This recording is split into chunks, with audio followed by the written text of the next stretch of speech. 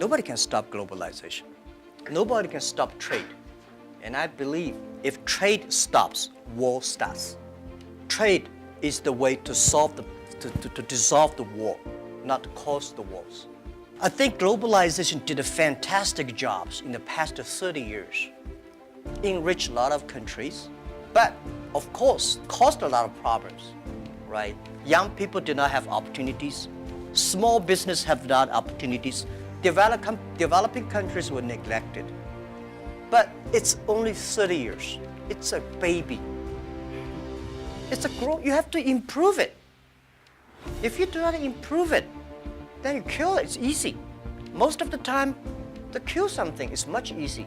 So my beliefs, it's our generation's job. Today, we have a better technology. We have a better knowledge about globalization. And it's our generation's responsibility or opportunity to improve it. Tell me, how can you stop globalization? Now, artificial intelligence come, robots come. My grandfather worked 16 hours a day, and he said he was very busy. We work 8 hours a day. We said we are very busy. Our children may only work 3 hours or 4 hours a day, for 3 days a week. I bet they will say, oh, we're very busy. Then when you work only 3 hours a day and 4 days a week, what are you going to do? You're going to travel around, right? You cannot stay in the home for a week. You will travel.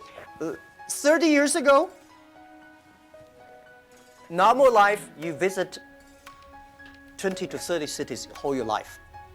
30 years later, in your life, you will visit 300 cities in your life because of mobile. How can you stop it? It's impossible.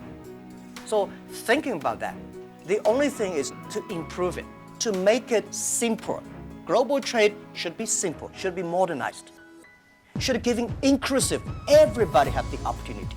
So my strong message is that, well, I feel sorry for WTO. They did a great job, but in the past 20 years, when you put 200 government ministers in one room, how can they agree on something?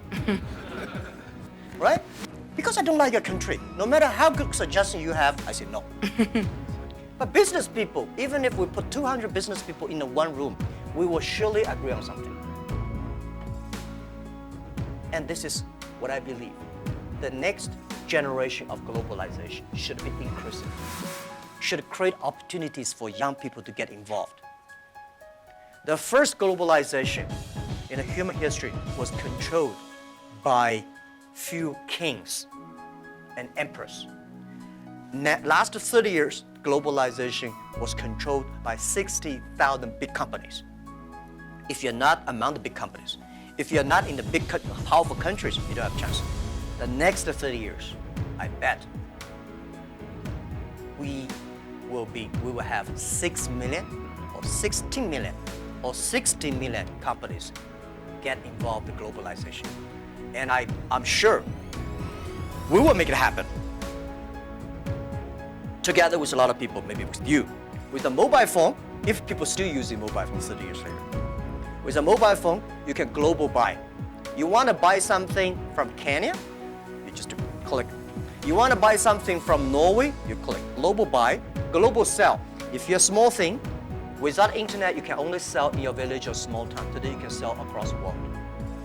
And global pay, global delivery, and global travel, the only thing you have to bring is a mobile phone, no, not even passport. This is going to happen in 10 years. And this is the message. Let's catch this opportunity. If you complain, the other people catch it. If you catch the opportunity, embrace it now, you will be the next Alibaba. People like me, I was born in a very poor family. I never got a great education. I failed all the examinations. For what reason? I don't know. But later, I realized I don't have money, I don't have technology, I don't have a lot of good backgrounds. We have a rich uncle or something, no. The only thing I competed with my people, the young people, is let's compete for 10 years later. This is what I believe 10 years later will be happening. So everything I do for that goal, I know 10 years later, this thing is going to happen. So prepare for that. Because I know if I compete with him for next month, no chance. So this is how my message is. It's a challenge, but it's an opportunity.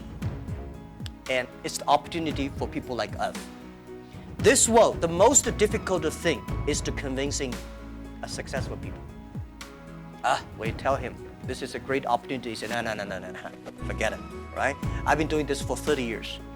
But for people like us, we're looking for opportunities in order to survive. So we will do anything to be creative. So this is the message. 30 years is an opportunity for us. It's a challenge for those people who are 60 years old. If they're 60 years old, not discrimination, but it is tough for them.